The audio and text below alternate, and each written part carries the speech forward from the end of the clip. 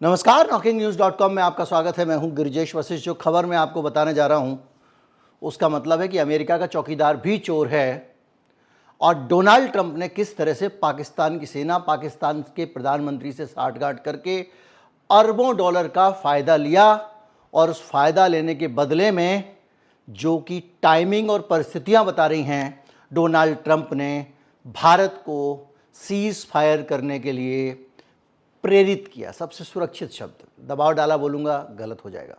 वो ये कह रहा है कि ठीक है, मैं प्रेरित किया, मैंने तो चाहा कि कर लें, बात ख़त्म।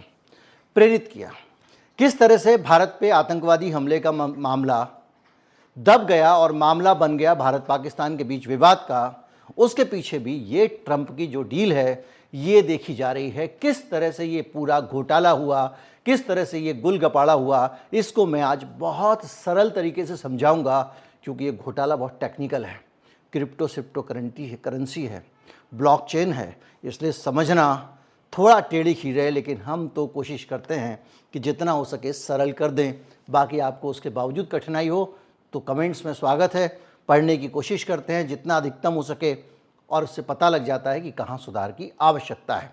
घोटाला शुरू हुआ अभी हाल में, जब भारत ऑपरेशन सिंदूर में पाकिस्तान का मुकाबला कर रहा था। कैसे हुआ? 2024 में डोनाल्ड ट्रंप ने एक कंपनी बनाई, डोनाल्ड ट्रंप के परिवार ने कंपनी बनाई, वर्ल्ड लिबर्टी फाइनेंशियल्स, WLF।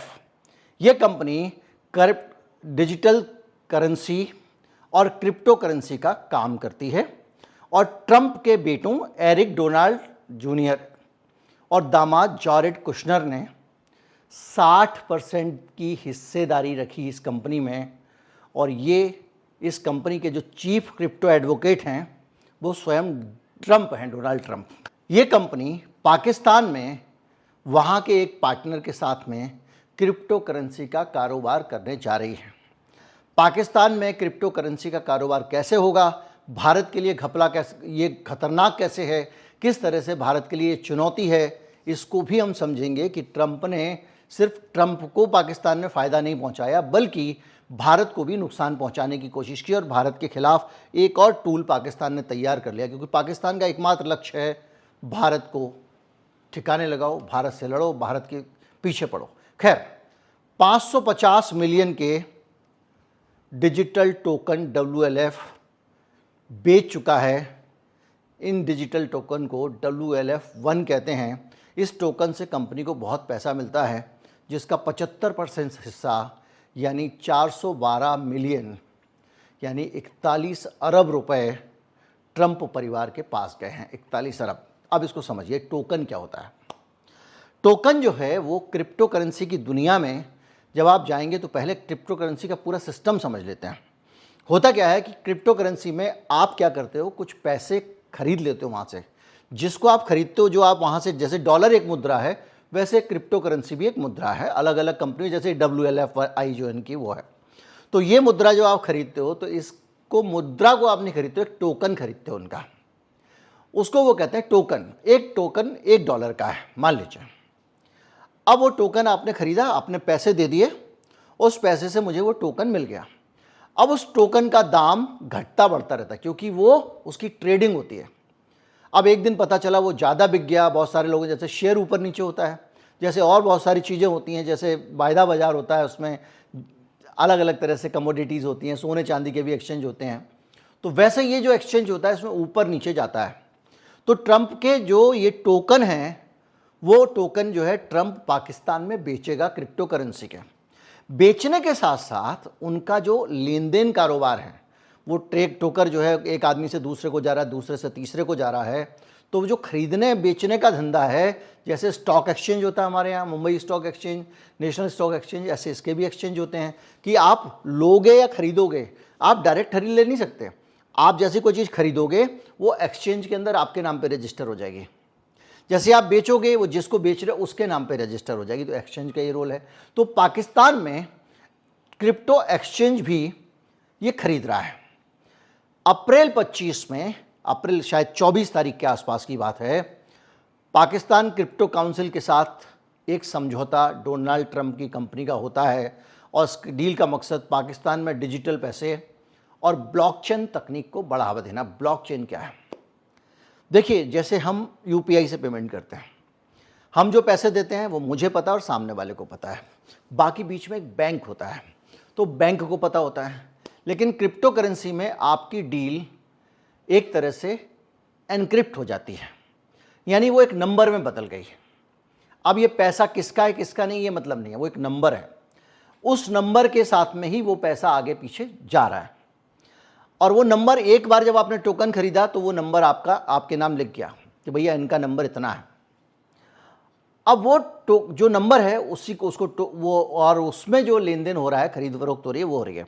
तो क्रिप्टो में सारी खरीद फरोख्त सार्वजनिक होती है, पब्लिक होती है, लेकिन बैंक में सारी खरीद फरोख्त प्राइवेट होती है। इसके बावजूद क्रिप्टो में सुपर प्राइवेट होती है। क्यों?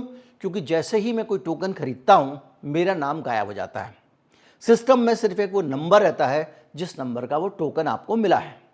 तो ऐसी अवस्था में ये जो टोकन है, इन्हीं की खरीद फरोख्त जो होती है वो एक तरह के डिजिटल रिकॉर्ड में होती है। एक ऐसी किताब है जो डिजिटली मेंटेन होती है, खरीद फरोख्त होते ही उसमें मालिक बदलते जाते हैं। तो वो जो किताब है उस किताब को कहते हैं ये आपका ब्लॉकचेन, यानी जो ब्लॉक था, यहाँ से पैसा वहाँ गया, वहाँ से इसकी जो चेन है, इसके लेन देन का जो हिसाब है वो कहलाता है ब्लॉकचेन। अब आप इस थोड़ी सी टेढ़ी चीज़ थी, मुझे उम्मीद है कि आप समझ गए होंगे सरल तरीके से। तो ये जो एक्सचेंज है ये खुल रहे हैं पाकिस्तान में। इस एक्सचेंज को खोलने के लिए एक बड़ी चीज़ देखने में आती है जो अपने आप में आपको चौंकाएगी। 22 अप्रैल को पहलगाम में हमला हुआ है। 22 और इस आतंकी हमले में 26 लोग मारे जाते हैं। भारत सीधे कहता है कि पाकिस्तान ने हमला किया है। और इस बीच में इस हमले के बाद ट्रंप की इस कंपनी के लोग 2024 में ट्रंप कंपनी ये रजिस्टर हो चुकी है, पुरानी कंपनी 1 साल पुरानी, लेकिन डील अब हो रही है। इधर पाकिस्तान के साथ भारत का टेंशन हो रहा है, 26 लोग मारे गए हैं। इस टेंशन के बीच में ट्रंप की कंपनी के लोग इस्लामाबाद आ रहे हैं और वो हैं जॉर्ज विटकॉफ, जो ट्रंप के बेटे का दोस्त है। वो वहाँ जाकर पाकिस्तान के प्रधानमंत्री शहबाज शरीफ से मिलता है और सेना प्रमुख असीम मुनीर से मुलाकात करता है। इन दोनों लोगों से, पाकिस्तान के नेताओं से मुलाकात करने के बाद ये डील पक्की हो जाती है और उसके बाद इस पर ठप्पा लग जाता है। कौन सी डील? जिसके बारे में हम बात कर रहे हैं कि अरबों डॉलर उससे ट्रंप की कमाई होने वाली है। 550 मिलियन डॉलर यानी 55 अरब डॉलर के टोकन ट्रंप परिवार के पास में रहते हैं। ये टोकन लोग खरीद रहे हैं और कंपनी हर लेन देन पे, एक्सचेंज पे खर्चा ले रही है। विदेशी पैसा जो है वो एक आबू धाबी की कंपनी का भी इसमें लगा हुआ है, MGX, उसका 2 बिलियन डॉलर, 2 अरब डॉलर लगा हुआ है। चीन के जस्टिस सन के भी 75 मिलियन के करीब लगे हुए हैं। इस तरह से ये पैसा, जिसमें चीन का, जिसमें अरब का और ट्रंप का पैसा लगा हुआ है और ये पाकिस्तान में एक्सचेंज खोलना है। इसमें कई कंपनियों के गुप्त सौदे भी हुए हैं और ये कहा गया इन कंपनियों को, यहाँ से पोल खुलती है कि आप ट्रंप के सिक्के खरीदो, टोकन खरीदो। इन कंपनियों ने कहा कि मैं गुप्त रूप से आपके टोकन नहीं खरीदूंगा, आपके टोकन हम खरीदेंगे तो ये अनैतिक है। लेकिन जिन कंपनियों ने ये नहीं कहा होगा उनमें कौन सी कहाँ की क्या कंपनी हो सकती है हम कोई भी नहीं जान सकते। लेकिन ये आरोप है कि ट्रंप ने गलत इस्तेमाल किया अपनी पावर का और ट्रंप लगातार क्रिप्टो को सपोर्ट करते आ रहे हैं। ये देश हित में नहीं, अपने हित में हो रहा है। कंपनी ने ट्रंप ने कंपनियों के ये जो नियम हैं इसको लेके क्रिप्टो करेंसी के, उनको आसान कर दिया और जस्टिस सन के खिलाफ अमेरिका की SEC जांच रुक गई जब उन्होंने WLF में 75 मिलियन डॉलर लगाए। एक आदमी 75 मिलियन डॉलर लगाता है तो 7.5 अरब डॉलर, तो उसके खिलाफ जो जांच हो रही होती है वो रुक जाती है क्योंकि उसने ट्रंप की कंपनी में पैसा लगाया है। और इससे साफ मालूम है कि इससे ट्रंप की में अभी आएंगे कि भारत को कैसे नुकसान होने वाला है, ये भारत पे भी हमला है, और ये रुक जाती है डील उसके बाद में, और उसके खिलाफ जांच उड़ जाती है, और इस पर लेकर बड़ा सवाल उठता है। और उसके बाद ये पाकिस्तान में आते हैं, पाकिस्तान का सीधे प्रधानमंत्री, सेना प्रमुख इस डील में शामिल है। उनको पर्सनली क्या मिला नहीं मिला एक अलग मसला है, लेकिन पाकिस्तान हमारा दुश्मन है।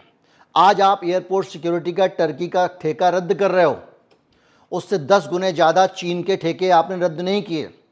भारत में जितने थर्मल पावर स्टेशन चल रहे हैं अडानी के, उनमें ज़्यादातर थर्मल पावर स्टेशन चीन के लगे हुए हैं, और उन थर्मल पावर स्टेशन के ऑपरेशन में भी चीन का रोल है, उनका हाथ है, और वो हमारे देश की बिजली का पूरा कंट्रोल एक तरह से रखते हैं, क्योंकि इतनी सारी बिजली बनेगी तो उसमें दखल है एक विदेश का।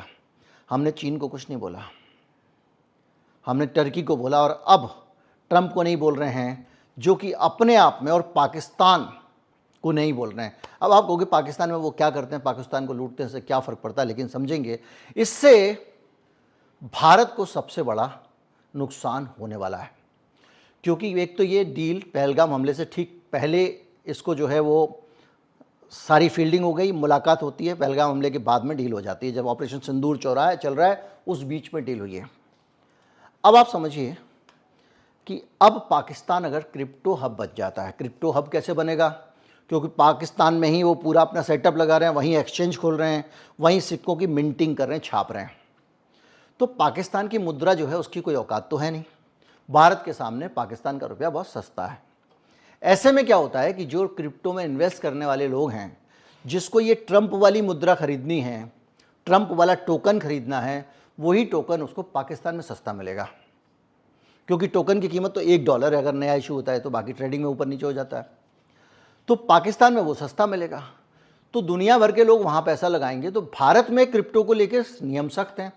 हम लोग यहाँ पर एक तो 30% टैक्स लगाते हैं उस पर, 1% उस पर हम लगाते हैं आपका TDS, और इसके साथ साथ हमारा बहुत सारी चीज़ें हैं कि जो क्रिप्टो पे आप ट्रेडिंग करोगे वो भारत में रजिस्टर होनी चाहिए, ये होना चाहिए, वो होना चाहिए, लेकिन उसको कंट्रोल भारत सरकार नहीं कर सकती। कैसे नहीं कर सकती, क्योंकि सब कुछ तो कोड में चल रहा है। अब एक बार मैं गया पाकिस्तान में, पाकिस्तान के इनके ट्रंप के एक्सचेंज में, और मैंने वहाँ जाके अपना कुछ सिक्के खरीद लिए। जैसे ही मैंने सिक्के खरीदे, सिक्के खरीदने तक तो वो सारी मेरी डिटेल लेगा, KYC वगैरह करेगा, उसके बाद वो रिकॉर्ड उसने डंप कर लिया अपने पास, ठीक है। उसके बाद वो एक नंबर है, नंबर खरीद बेचा जा रहा है। अब नंबर जो खरीदा बेचा जा रहा है उनके एक्सचेंज के अंदर, उसमें मैंने पैसा लगाया हुआ है, मेरा फ़ायदा भी हो रहा है, मुनाफा भी हो रहा है। तो सस्ते सिक्के के चक्कर में भारत के लोग पाकिस्तान में पैसा इन्वेस्ट करेंगे इन सिक्कों में, इस बात की आशंका जताई जा रही है। अब आप पाकिस्तान में जब इन्वेस्ट करोगे तो आपको ख़रीदने के लिए क्या करना था, जो अभी 2 मिनट पहले बताया कि आपको अपनी डिटेल देनी पड़ेगी। जब सिस्टम में उनके आप अपनी डिटेल डालेंगे तो वो डिटेल पाकिस्तान पहुंच गई है, पाकिस्तान की धरती पे वो डिटेल पहुंच गई है। ये फाइनेंशियल डाटा है भारत के लोगों का जो पाकिस्तान को मिल रहा है, और जब फाइनेंशियल डाटा पाकिस्तान के लोगों को मिलेगा तो उसका मिसयूज़ भी कर सकता है, और वो मिसयूज़ भारत के लिए खतरनाक हो सकता है। इसको लेकर बड़ी सारी चिंताएं हैं, और इसके कारण जो भारतीय निवेशक हैं उनके वहाँ जाने से हम सोच सकते हैं कितनी बड़ी स्थिति बन गई है। My friend Modi, very intelligent fellow Modi, fantastic person Modi, Trump ये सब बोलते हैं, और ट्रंप ये सब बोलते रहे, और ट्रंप का स्वागत सत्कार भी करते रहे हम लोग मोटेरा स्टेडियम में, हाउडी ट्रंप भी किया, सब कुछ किया।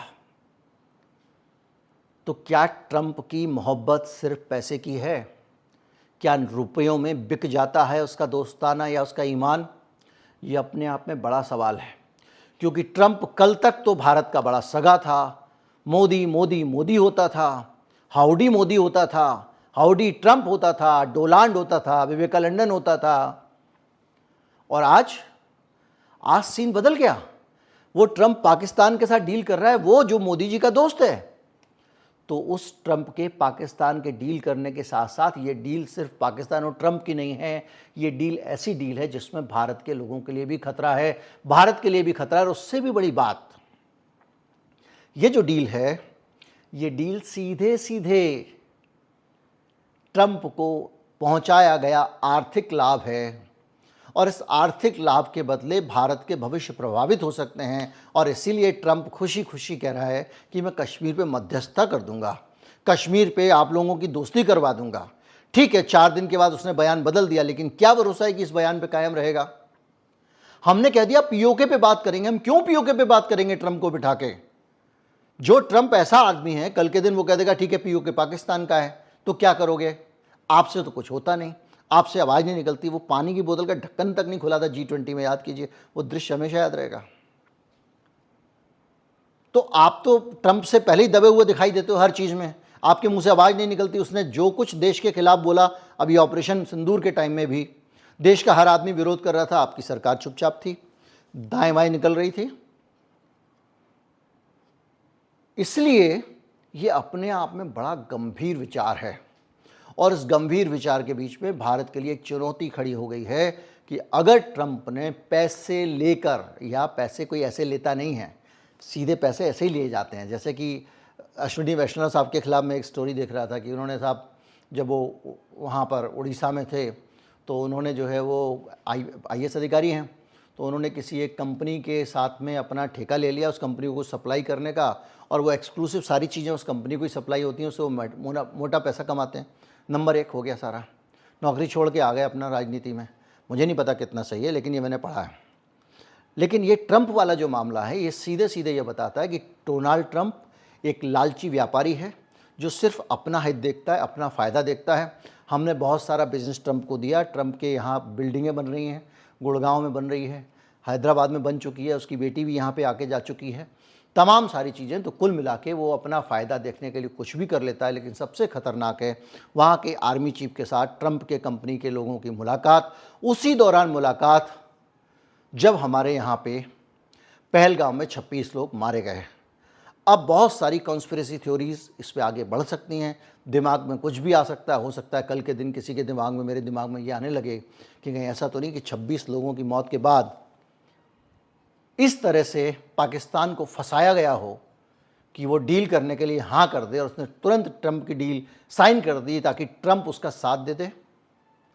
कुछ भी हो सकता है, क्योंकि ये लोग किसी भी हद तक जा सकते हैं। याद रखिएगा, शासक जो होता है उसकी देशभक्ति की परिभाषा अलग होती है, नागरिकों की देशभक्ति की परिभाषा अलग होती है।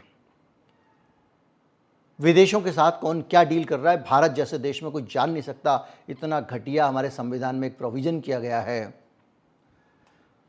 अमेरिका में अगर आप दुनिया में कोई डील करेगा, अमेरिका की सरकार, उस डील को वहाँ की संसद से पास कराना पड़ता है, राष्ट्रपति भी करें अगर तो।